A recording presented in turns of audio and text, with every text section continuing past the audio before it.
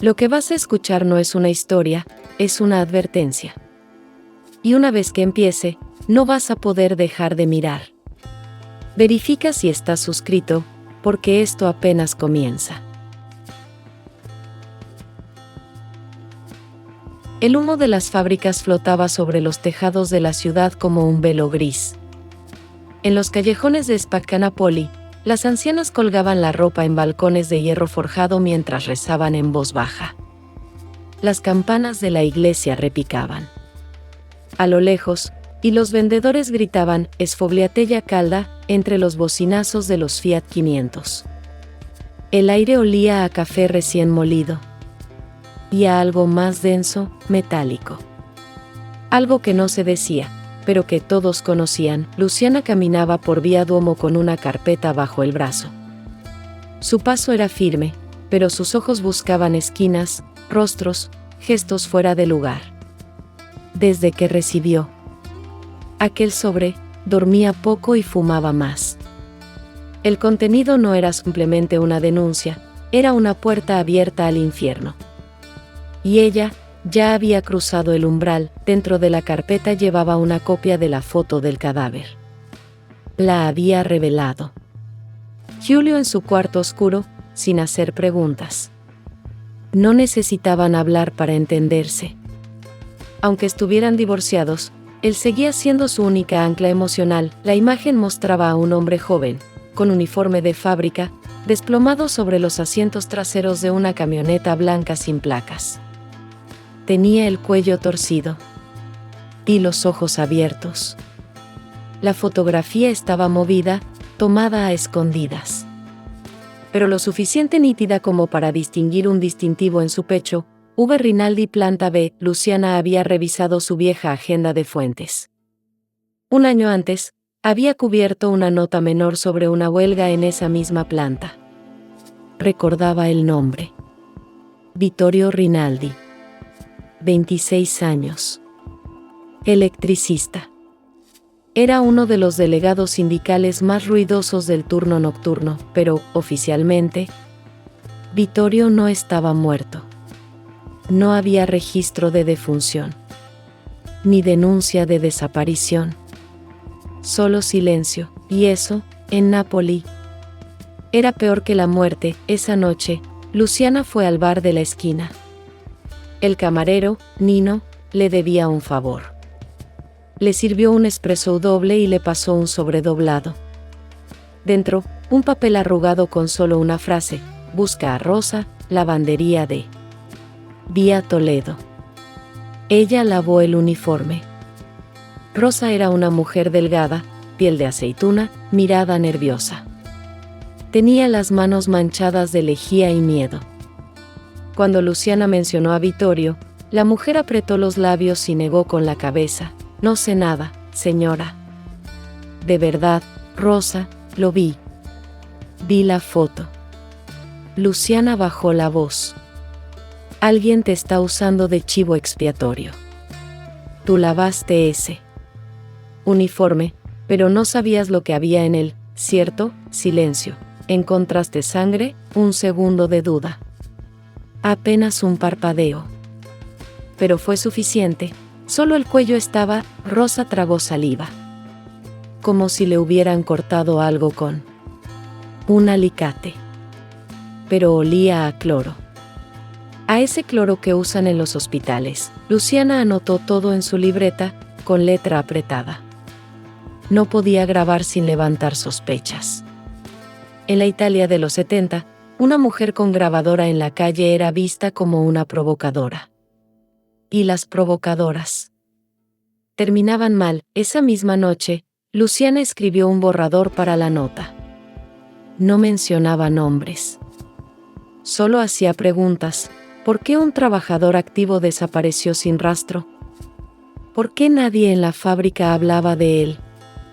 ¿Y por qué una lavandería del centro tenía su uniforme bañado en cloro hospitalario? El editor en jefe, Marcello De Angelo, leyó el texto al día siguiente. Tenía los labios apretados y el ceño fruncido. Luciana, esto no es prudente. ¿Qué parte? La desaparición o el encubrimiento, ambas. Rosetta es nuestro anunciante principal. No podemos atacar así a la fábrica, no los estoy atacando. Estoy haciendo preguntas. ¿O ahora el periodismo también se compra con jabones? Marcello bajó la voz, no me pongas en esta posición. Hay cosas que, mejor no remover. Tú sabes cómo funciona Nápoli. La ciudad tiene dueños, y no están. En la guía telefónica, Luciana sintió la náusea subirle por la garganta. Desde cuando los medios que prometían verdad le temían a la verdad, pero no respondió.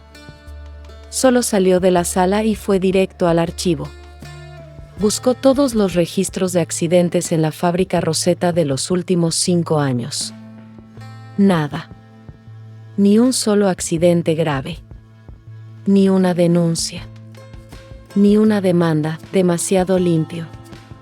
Demasiado perfecto, y eso, en Nápoli, siempre era una señal. Volvió a casa al anochecer. Encontró su puerta entreabierta. El corazón le dio un vuelco. Entró con el llavero en la mano como si fuera un cuchillo. No había nadie. Pero la lámpara del pasillo estaba tirada. Y la grabadora, desaparecida, solo quedaba un nuevo papel sobre su mesa de comedor. Sin sobre. Sin firma. Solo una frase. Mecanografiada. Luciana, no abras la tumba si no estás lista para morir con los muertos. Tembló. No de miedo, sino de rabia. Porque eso era una confirmación. Estaba tocando algo real. Algo grande. Y ellos ya lo sabían. Llamó a Giulio. Le pidió que trajera una cámara Polaroid y papel fotográfico. Voy a grabar todo a mano, si es necesario. Pero esto no lo suelto. Nunca. Y esa noche, empezó. La guerra, una guerra de silencios, puertas cerradas, y teléfonos que sonaban solo una vez, una guerra que no saldría en los periódicos. Porque los periódicos ya estaban comprados, pero Luciana no era de las que vendían su voz. Aunque eso le costara la libertad o la vida. El martes amaneció gris, como si el cielo supiera algo que los demás aún no sabían. En la radio, las noticias hablaban de un accidente vial en Salerno y de la visita de un ministro a Roma. Nada, absolutamente nada, sobre la fábrica Rosetta. Ni una palabra sobre Vittorio. Ni una mención a la nota que Luciana había entregado al editor. Era como si la ciudad entera hubiera decidido mirar hacia otro lado. Luciana salió temprano. Llevaba el abrigo cerrado hasta el cuello y la libreta envuelta en plástico dentro del bolso, por si llovía. Caminó con prisa entre el bullicio del mercado central. Los olores a pescado, pan caliente y cigarrillos se mezclaban en el aire como una neblina densa. Había quedado en verse con Giulio en un café discreto frente al puerto. Al llegar, lo encontró esperándola con una expresión tensa, los ojos ocultos tras los lentes oscuros. Incluso en un día nublado, no deberíamos vernos en público, dijo sin saludar. Estás metida en algo que huele a muerte. Luciana no respondió. Solo colocó sobre la mesa la foto revelada del cadáver y el papel mecanografiado que había recibido la noche anterior. Ellos ya saben que estoy detrás. Y no quieren que hable. Entonces, ¿por qué sigues? Porque si yo no cuento esto, nadie más lo hará. Giulio bajó la voz, apretando los labios. Escucha, fui a preguntar por Rinaldi. El sindicato lo borró de los registros. Como si nunca hubiera trabajado allí. Pero conseguí algo. Sacó de su chaqueta una hoja amarillenta. Era una lista de turnos del mes pasado. El nombre de Vittorio aparecía 3 veces. Y al lado, en rojo, una anotación: transferido, interno. ¿Interno dónde?, preguntó Luciana, sin aliento. Eso mismo me pregunté. Se quedaron en silencio. Solo el sonido de los barcos rompiendo el agua interrumpía sus pensamientos. hasta que una sombra se deslizó frente a la ventana del café. Un hombre en traje oscuro, de rostro ancho, se detuvo a fumar justo afuera. No miraba hacia adentro. Pero tampoco parecía ignorar la presencia de ellos. «No voltees», dijo Giulio. «Está desde que llegaste». «Yo lo vi». «Nos está observando». Luciana sintió un nudo en el estómago. Una mezcla de náusea y furia. Sacó una servilleta, escribió una dirección y la deslizó hacia Giulio. «Es un excompañero de Rinaldi. Se llama Ernesto. Me dijeron que está dispuesto a hablar, pero solo en su casa, fuera del horario de trabajo, y tú piensas ir». «Sola, y si no voy, ¿quién va?» Esa noche, después de las 9, Luciana tomó un tranvía hasta las afueras de la ciudad. Las calles eran más oscuras allí, sin farolas, con charcos que reflejaban la luna como espejos agrietados. Golpeó la puerta de Ernesto 3 veces. Nadie respondió. Volvió a insistir. «Ernesto, silencio. Soy Luciana Moretti. ¿Usted me dejó un mensaje?» «Estoy aquí por Vittorio». Una voz masculina, apagada y rota, respondió tras la puerta. «Váyase. No puedo hablar». «Ya no». «¿Qué le hicieron?» «No es lo que me hicieron. Es lo que vi». La puerta se entreabrió apenas unos centímetros. Suficiente para ver un rostro cansado, ojeroso, con un moretón reciente bajo el ojo izquierdo. «¿Qué viste, Ernesto?» «Vi un camión salir de la fábrica a las 3 de la mañana, sin luces. Lo seguí. Entró al hospital psiquiátrico de Poggioreale. 2 hombres bajaron algo envuelto en una lona, como un cuerpo. Lo metieron por la puerta trasera. Después volvieron a la fábrica, y me dijeron que no diga nada». «¿Y era Vittorio?» «No lo sé, pero esa misma noche, él dejó de venir». Luciana sintió que el suelo se abría bajo sus pies. Algo no encajaba. ¿Qué hacía una fábrica llevando cuerpos a un hospital psiquiátrico? «¿Por qué al hospital?», preguntó. «No sé. Pero allí trabaja el hermano del dueño de la empresa. Es psiquiatra. Todos lo saben, pero nadie lo dice». De repente, se escuchó un estruendo. Un vidrio rompió contra el suelo detrás de Luciana. Se giró. Una botella vacía había caído desde algún piso. Ernesto cerró la puerta de golpe. «No vuelva más». Luciana corrió hasta la esquina, sin mirar atrás. Su corazón latía con fuerza. Subió al tranvía, se sentó sola en el fondo y sacó su libreta.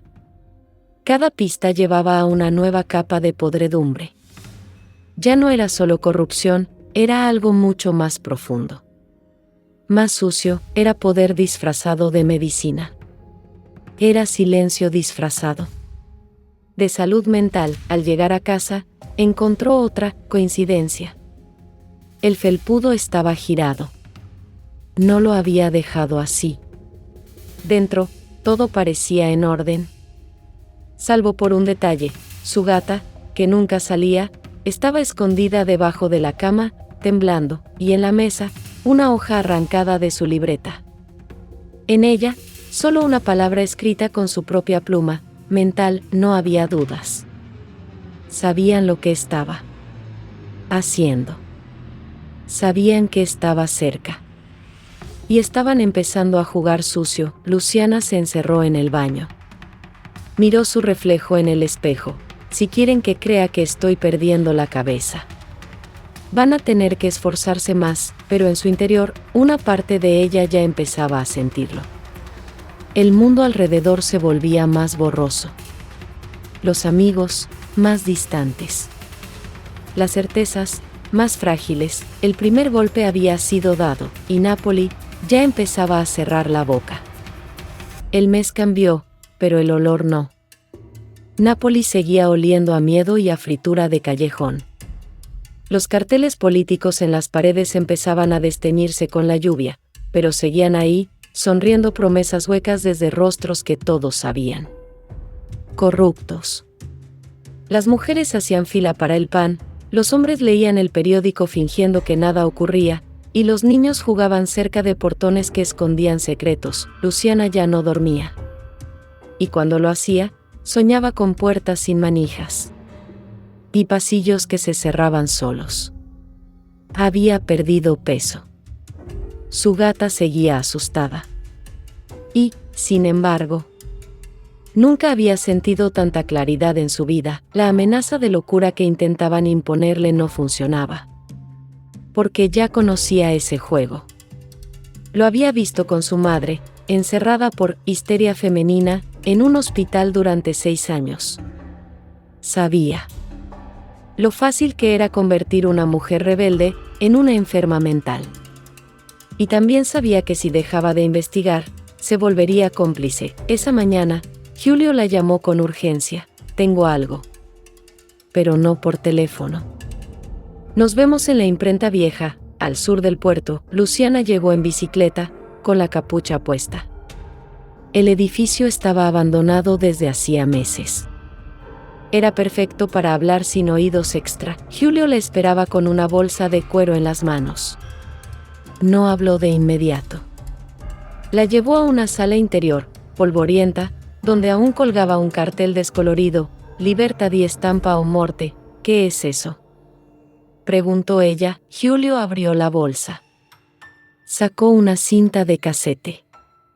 La miró con seriedad. Es una grabación. No sé quién la hizo. La dejé revelando unas fotos en el cuarto oscuro de un conocido, y al volver, esto estaba encima del equipo. Sin nota. Solo esto. Luciana tomó el casete como si ardiera. Volvieron juntos a su departamento. Cerraron ventanas, bajaron cortinas, y colocaron la cinta en la grabadora. El sonido era sucio, distorsionado, pero se entendía. La camioneta llega. A las 3, lo bajan entre 2, todavía se mueve, le inyectan algo, y el doctor dice, ahora ya no habla más. Pausa, es el chico del sindicato. Sí, el que hacía preguntas. El corazón de Luciana latía en los oídos. La cinta seguía. Otra voz, más grave, más fría. No podemos dejar rastros. El psiquiátrico es seguro. Mi hermano se encarga. Si la periodista sigue, corre la misma suerte. El silencio que siguió fue peor que las voces. Era el silencio de la certeza. No eran teorías. No eran suposiciones. Era la verdad, prueba irrefutable. Luciana se giró hacia Julio, sin aliento. ¿Escuchaste eso? El hermano del dueño. El psiquiatra. Es real, Luciana, esto es dinamita, es lo que necesitábamos, pero Julio no compartía el entusiasmo. Tenía la mirada perdida. Sabía que ahora no había marcha atrás. Esa noche, Luciana escribió todo. Cada nombre, cada conexión, cada frase de la cinta.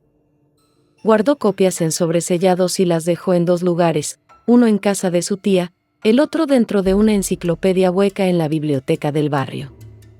Sabía que su tiempo corría. Decidió confrontar a alguien cara a cara. El miércoles por la tarde, fue al hospital psiquiátrico de Poggiore fingiendo ser familiar de un paciente. Llevaba gafas oscuras y una bufanda que le cubría media cara. En la recepción, preguntó por el doctor Andrea Spagnolo. ¿Motivo de la visita?, preguntó la enfermera.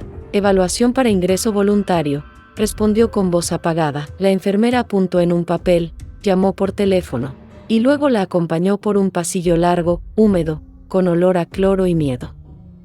Las paredes eran de un verde desvaído, las puertas sin ventanas. Escuchó gritos lejanos. Llantos ahogados. Cuando el doctor Spagnolo entró al consultorio, Luciana lo reconoció de inmediato. Era idéntico al dueño de la fábrica, pero más delgado, más pálido. Llevaba bata blanca y una sonrisa mecánica. Así que desea internarse, señora Moretti, dijo, firme. Pero no para mí.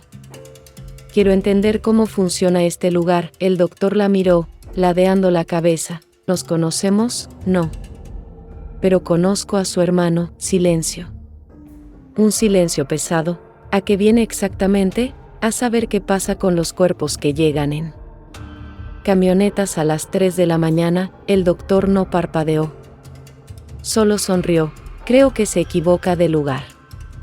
Aquí tratamos enfermos, no cadáveres. ¿Y Vittorio Rinaldi? ¿Lo trataron también? El doctor se levantó. La conversación ha terminado. Puede salir, tengo una cinta. Con su voz, diciendo que ya no habla más. ¿Quiere que la publique? Por primera vez, algo se quebró en la expresión del médico. Ya no sonreía. Ya no fingía. Le recomendaría, señora Moretti, que cuide su salud mental. Hay mujeres que se obsesionan y terminan creyendo cosas que no existen. Luciana se marchó sin decir más. Pero algo, al fondo del pasillo, la hizo detenerse. Una puerta, entreabierta, mostraba un cuarto sin cama, con una silla de metal atada al suelo. Y sobre la silla, una mancha marrón. Luciana se fue temblando, volvió a casa al anochecer. No comió. No habló. Solo transcribió todo lo vivido. Era oficial. La fábrica, el hospital, la familia Spagnolo, todo era parte de una red. Una red invisible. Una red que mataba sin sangre. Que silenciaba sin balas. Y ahora, esa red la tenía en la mira, pero ya era tarde para retroceder. Había cruzado el umbral, el punto sin retorno. Cuando Luciana despertó ese jueves, supo que ya no era una periodista detrás de una historia. Era una amenaza viva. Una cuenta regresiva. Un archivo que respiraba, y que debía ser eliminado. El casete con la grabación no se despegaba de su cuerpo. Dormía con él escondido bajo la almohada, envuelto en un calcetín. Julio le había ofrecido guardarlo en una caja fuerte, pero ella se negó. Si desaparezco, quiero que sepan que lo último que toqué fue esto, dijo, esa mañana. No encendió la cafetera. Tampoco abrió las cortinas. Solo revisó su libreta con los nombres, las conexiones, los horarios. En la mesa, 3 sobres cerrados, copias del informe que había escrito a mano, con pruebas, declaraciones y sospechosos, uno para el fiscal regional, otro para el periódico comunista local, y el tercero, para Radio Torino, una emisora que aún conservaba algo de independencia. Era su movimiento final. Su intento desesperado por gritar la verdad antes de que la apagaran. Salió con los 3 sobres en el bolso. Caminó hasta el correo central, con gafas oscuras y bufanda. Entró, hizo la fila. Al llegar al mostrador, colocó los sobres con las direcciones ya escritas. La mujer que la atendió los miró sin expresión. ¿Desea acuse de recibo? Sí. Por favor, pagó en efectivo. Guardó los comprobantes. Salió sin mirar atrás. Respiró hondo. Por primera vez en semanas, sintió que tal vez había hecho algo irreversible. Algo justo, pero la justicia, en Nápoli, no siempre tiene consecuencias nobles. Esa noche, mientras cenaba un plato de sopa fría frente al televisor apagado, alguien tocó la puerta. ¿Quién es?, preguntó, sin acercarse. Silencio. Volvió a preguntar. Nada. Solo un sobre deslizado por debajo de la puerta. Luciana se acercó con cautela. Abrió el sobre. Dentro, una foto. Ella, en la fila del correo, esa misma mañana. Tomada desde afuera. Desde un auto, y al reverso, una palabra. Escrita con tinta roja, te vemos. Sintió un escalofrío recorrerle la columna. Cerró todas las ventanas. Apagó las luces. Se sentó en la oscuridad. Su gata la miraba desde el sofá, con los ojos dilatados, como si supiera algo. A la mañana siguiente, fue al periódico. Decidió hablar con alguien que ya no le debía lealtad a nadie. Don Alfredo Mancinelli, es director del diario y jubilado forzoso, acusado años atrás de tendencias subversivas. Un hombre que había visto demasiado y hablado poco, lo encontró en su casa, rodeado de libros y olor a humedad. Llevaba una bata de lana y bebía café sin azúcar. Don Alfredo, tengo algo que necesita ser contado. Y nadie quiere hacerlo. El anciano la miró por encima de las gafas. ¿Y qué te hace? Pensar que yo sí, porque usted ya no teme perder lo que otros aún intentan proteger. Le entregó la copia del informe. Alfredo leyó en silencio. Sus cejas se fruncieron. Murmuró algo ininteligible. Esto es dinamita, dijo al fin. Y tú eres la mecha. ¿Puede publicarlo? Yo ya no tengo imprenta. Pero aún tengo amigos. Déjamelo. Lo revisaré. Si es tan fuerte como parece, se moverá solo. Luciana regresó a casa con una mezcla de alivio y ansiedad. Julio la llamó esa noche. Fui al juzgado. El sobre no llegó. Pregunté. Revisaron. Nada. ¿Cómo que no llegó? Nada, Luciana. Como si nunca lo hubieras enviado. Imposible. Tengo el recibo. Ve mañana al correo. Pregunta tú misma. Luciana no durmió. A la mañana siguiente, fue al correo central. Mostró su comprobante. La empleada la miró con cara de piedra. Ese número no existe, señora. ¿Cómo que no existe? Usted misma lo escribió, debe haber un error. No tenemos registro de ese envío. Luciana sintió que el mundo giraba. Afuera, los autos sonaban lejanos. Dentro, el aire se volvió denso. No era un error. Era un mensaje. Salió tambaleando. Tomó un taxi. Fue a la casa de su tía. El segundo sobre tampoco estaba. ¿Seguro lo dejaste aquí?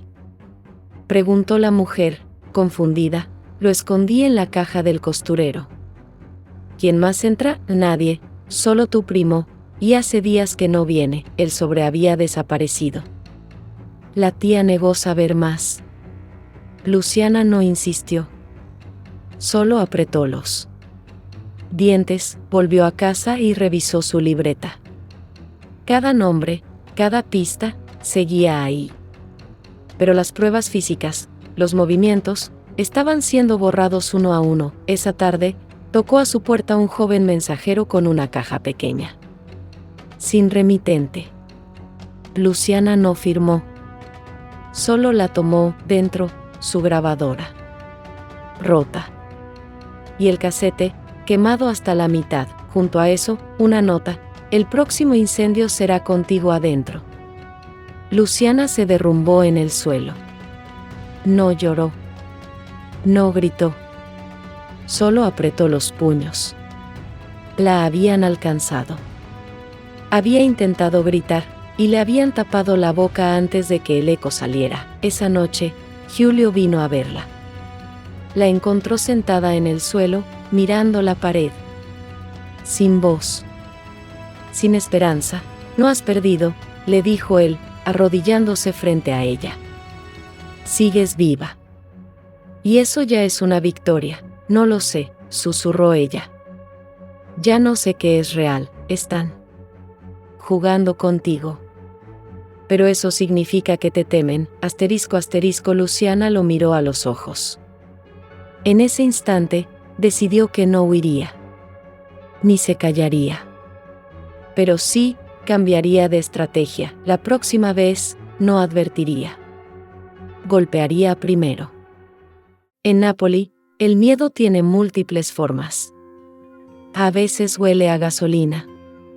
Otras, a cloro. Y otras, no tiene olor, ni rostro, ni sonido. Solo te observa. Y espera el momento exacto para aparecer. Luciana despertó con un ruido metálico. El marco de la ventana del baño golpeaba con el viento. Afuera, llovía con fuerza. Era un día de esos en que nadie salía de casa. Pero ella sí lo haría, se había propuesto volver a la fábrica. No como periodista, sino como una mujer que no aceptaba ser enterrada viva. Guardó en su bolso la única copia que le quedaba del informe, escrita a mano. Aún le temblaban las manos por lo que había pasado días atrás, el correo saboteado, los sobres desaparecidos, el casete quemado. Pero el miedo ya no la paralizaba. La impulsaba. Esa tarde, se presentó en la entrada trasera de la fábrica Rosetta, donde llegaban los camiones de carga.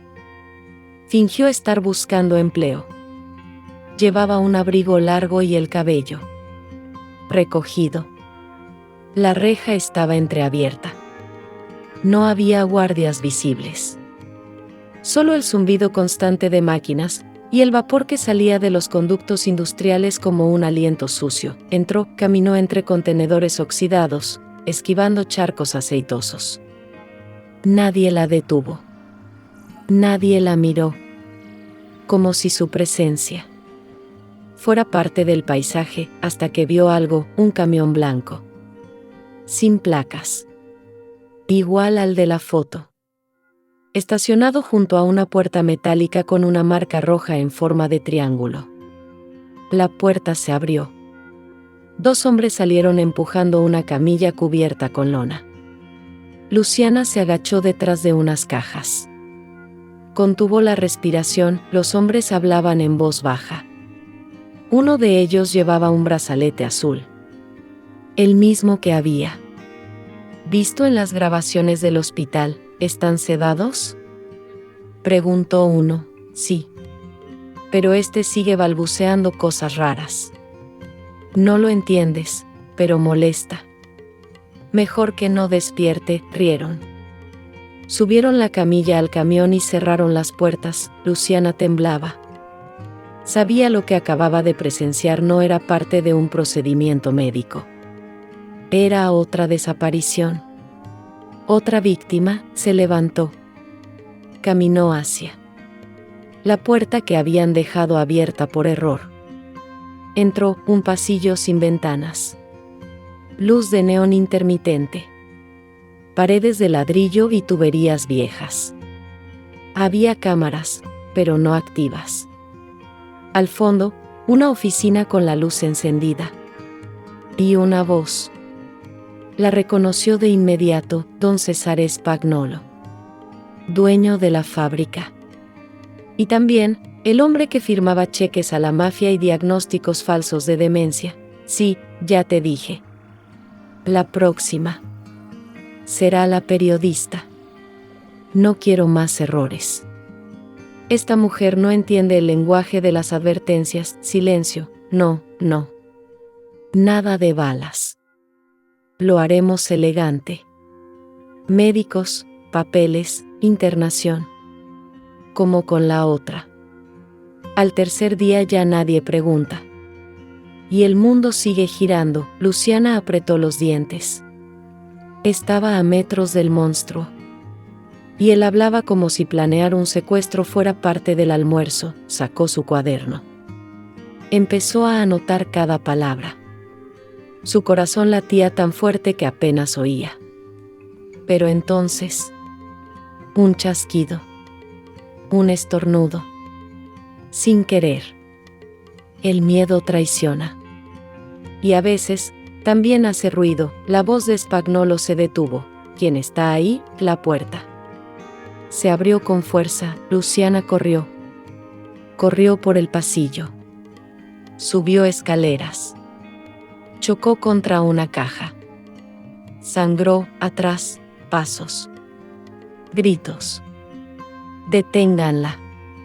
Salió por una puerta de emergencia. Afuera, la lluvia seguía. Corrió hasta el muro trasero. Trepar era imposible. Pero un montacargas olvidado sirvió de apoyo. Cayó del otro lado, rodando por el barro. Siguió corriendo. Hasta que los gritos quedaron atrás. Hasta que sus pies no dieron más. y cayó de rodillas en medio de la calle. Empapada. Rota. Pero viva, y con pruebas, Julio le encontró en su apartamento horas después. Le curó las heridas. Ella le mostró las anotaciones. Y lo más importante, una hoja arrancada de la oficina. Con firmas, fechas y una lista de nombres. Mujeres internadas, silenciadas. Una de ellas era la madre de una excolega suya. La otra, una profesora desaparecida en 1971. Julio la miró en silencio.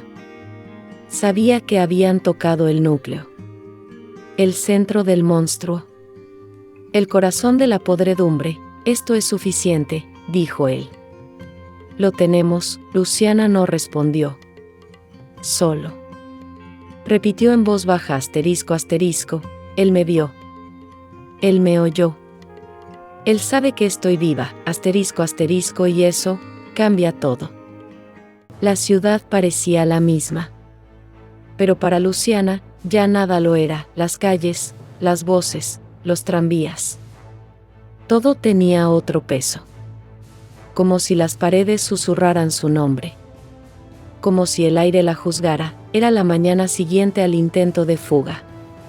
Su cuerpo estaba cubierto de moretones. Pero lo que más dolía era lo invisible. No podía dejar de temblar. Sentía que el suelo se movía bajo sus pies, como si caminara sobre un puente que estaba a punto de quebrarse. Julio intentaba convencerla. De irse.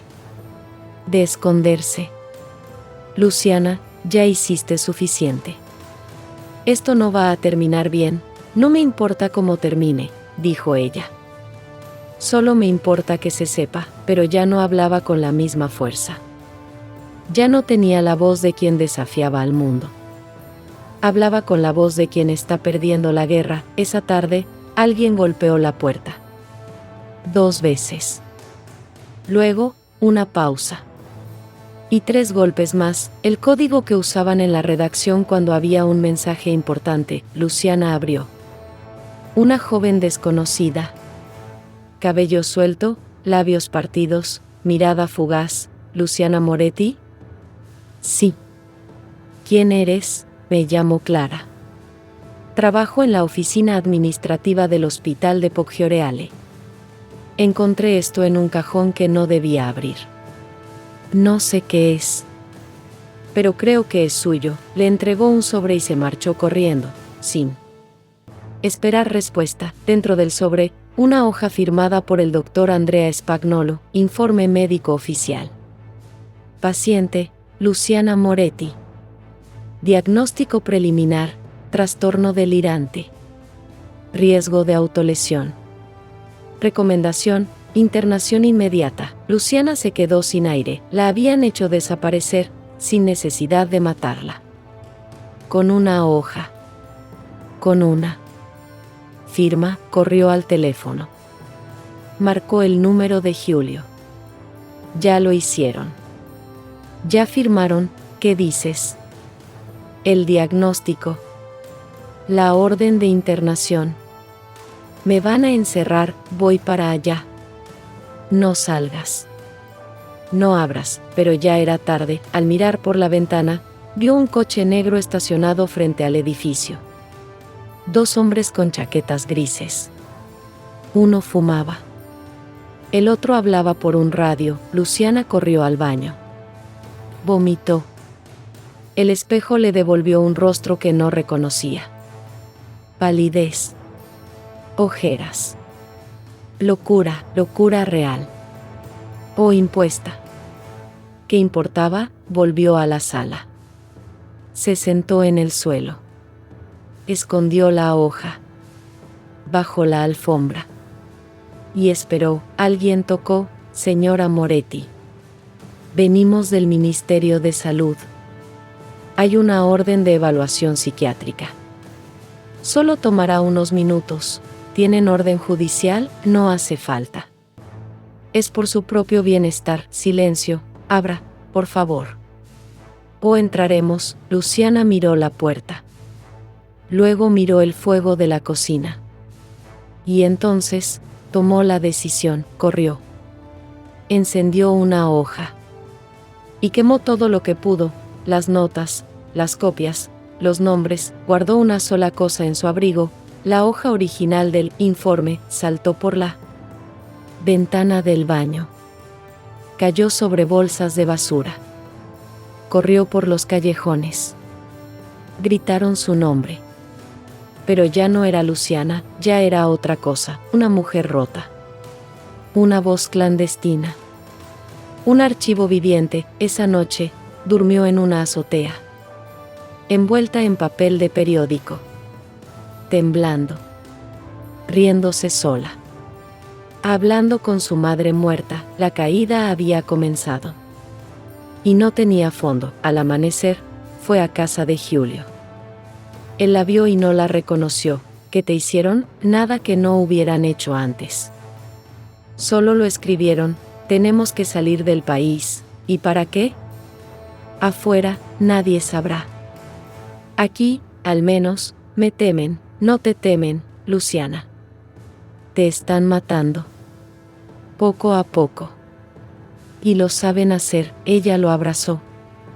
No con amor, sino con desesperación, y, en voz baja, dijo, no me dejes sola. Giulio le prometió que no lo haría. Pero esa promesa, como tantas otras, estaba a punto de romperse. El sonido de los pasos en el pasillo del hospital psiquiátrico tenía un ritmo lento, arrastrado, como si cada zapato cargara una cadena.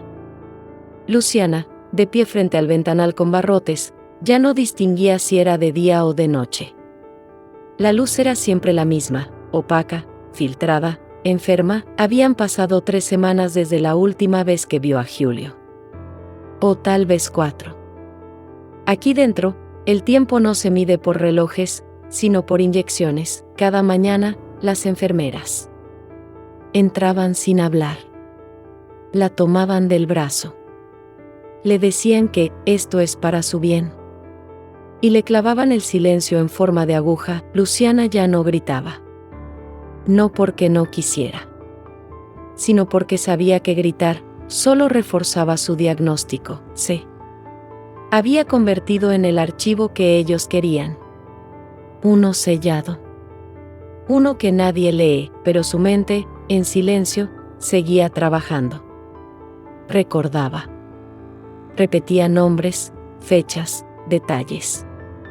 Una y otra vez.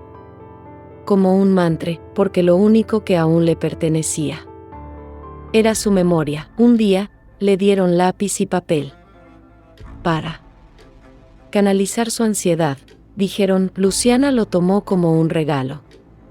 Y empezó a escribir, no una carta. No una denuncia. No un artículo, sino una lista de mujeres, todas las que habían sido encerradas por histeria, trastornos, delirios. Todas las que habían sido calladas por atreverse a ver. A preguntar, anotaba los nombres con cuidado. Los memorizaba. Los guardaba, era su nueva forma de resistir. Una rebelión silenciosa. Una tarde, un médico nuevo entró a su cuarto. No vestía bata. Solo traje y corbata. Era joven. Demasiado joven, señora Moretti, dijo con voz suave. Mi nombre es Dr. Riva. Me enviaron desde Roma para revisar su caso. Luciana lo miró con escepticismo. ¿Y por qué ahora? ¿Por qué? Algo cambió. Un informe llegó a manos equivocadas. Y ahora, alguien importante está haciendo preguntas. Luciana no quiso ilusionarse. Ya había oído muchas promesas, pero el hombre colocó sobre la mesa un sobre. Dentro, una copia de su manuscrito. Su lista. Sus nombres. Había sobrevivido. ¿Dónde consiguió esto? Alguien lo sacó de aquí. No sabemos quién. Pero llegó. Y causó ruido. Luciana cerró los ojos. Un hilo de esperanza se coló entre las grietas. Voy a salir, tal vez. Pero no será fácil. Ellos aún controlan mucho. ¿Y ustedes? Incómoda, silencio. ¿Me van a matar? El médico bajó la mirada. No. La van a olvidar. Y eso, a veces, es peor. Los días pasaron. El doctor Rivas seguía visitándola. Le traía noticias. Fragmentos del mundo exterior. Un periodista de Turín había empezado a investigar las internaciones ilegales. Un senador había citado a declarar al doctor Spagnolo. Una mujer anónima, Clara, probablemente, había desaparecido, y Giulio había muerto, accidente de moto. Sin testigos. Sin frenos, Luciana no lloró. Porque entendía. Porque lo había visto venir. La guerra aún no terminaba. Un mes después, le informaron que sería trasladada. ¿A dónde? A otra unidad. Menos restrictiva, pero el traslado no fue lo que esperaba. La metieron en una ambulancia sin ventanas. La ataron. No hablaron. El trayecto duró una eternidad. Al llegar, la esperaban 2 hombres de traje. Y un cuarto blanco. Con cámaras. Sin cama, la desnudaron.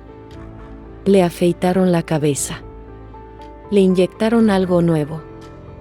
Más fuerte, y le dijeron que ahora ya no se llamaba Luciana, sino paciente 441. Pasaron años. Décadas. La fábrica cambió de nombre. El hospital fue privatizado. Los archivos digitalizados, y Luciana siguió ahí, en una cama, mirando un techo que no decía nada. Nadie vino a buscarla. Nadie preguntó por ella, hasta que un joven enfermero, curioso, encontró su nombre en una hoja amarillenta. Empezó a leer, a investigar. Un día, se acercó a su cama. ¿Usted escribió esto?, preguntó, mostrando una copia impresa de su lista. Luciana, con los ojos casi apagados, apenas movió la cabeza. Una lágrima se deslizó por su mejilla. ¿Puedo contarlo? Ella lo miró.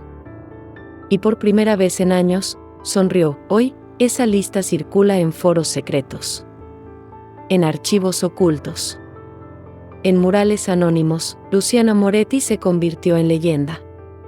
En susurro. En advertencia. Y dicen que, si buscas su nombre en ciertos documentos sellados, una nota aparece al margen, escrita a mano. Ella vio. Ella habló. Nosotros la encerramos. Gracias por quedarte. En serio. Gracias. Porque esta historia no era fácil.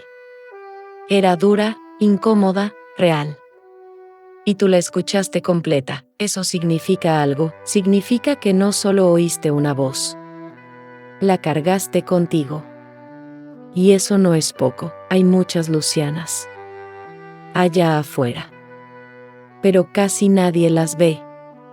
Porque ver implica hacer algo. Tal vez tú no puedas cambiar el mundo, pero puedes hacer que esta historia no se pierda. Escribe en los comentarios: yo llevé su voz. Es una forma de decir: ella no está sola. Y yo tampoco. Porque mientras alguien recuerde lo que pasó aquí, no habrán ganado del todo. Si este relato te tocó, te hizo mirar distinto una pared blanca, entonces ya cumplió su función. Comparte este video con alguien que aún no duerme tranquilo. Y quédate cerca. En el próximo episodio, vamos a abrir otro archivo, uno que también fue enterrado, pero que respira. Nos vemos pronto. Y créeme, lo que viene va a sorprenderte aún más.